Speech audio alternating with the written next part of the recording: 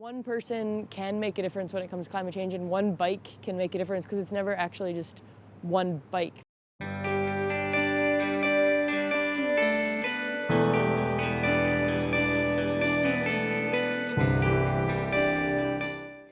I think there's a connection between people biking and climate change.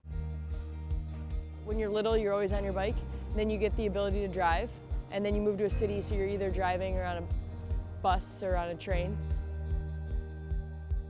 I got a job after university at a place probably about 10 miles away from where I lived. And one day it was really nice outside and I woke up early and I'm like, I should just bike to work today. Why not? And then it was kind of like, well, why don't I just bike every day instead of driving in my car and sitting in traffic? When I first started riding, it was mostly in an urban context. My job was kind of outside of the city, and I'd have to wake up at like 5:30 in the morning. And so as I biked in, especially in the winter on a really clear morning, like you'd get the sunrise. And yeah, it was in suburban Minneapolis, but like that was just pretty unreal.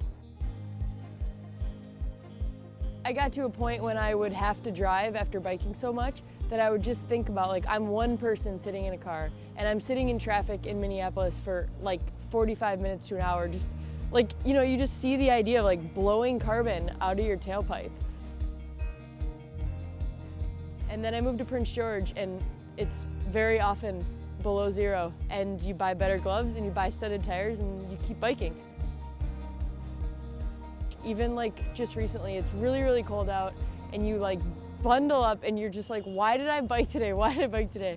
And then you start cycling and like the stars are out and the like sometimes like the moon rise because it gets dark so early.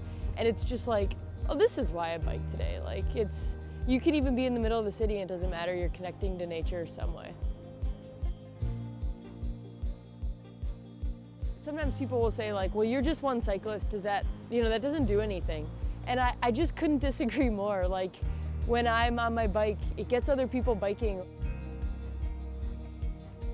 Where I live right now, there's just not cycling infrastructure and people that are driving aren't necessarily comfortable with lots of bikes being on the road. And the culture is changing, which I think it's a challenge to be some of the few people that are constantly biking, but at the same time, like, it's good because it's changing the fabric of the city and getting people to understand that cycling is going to be just as common as driving your truck or your car.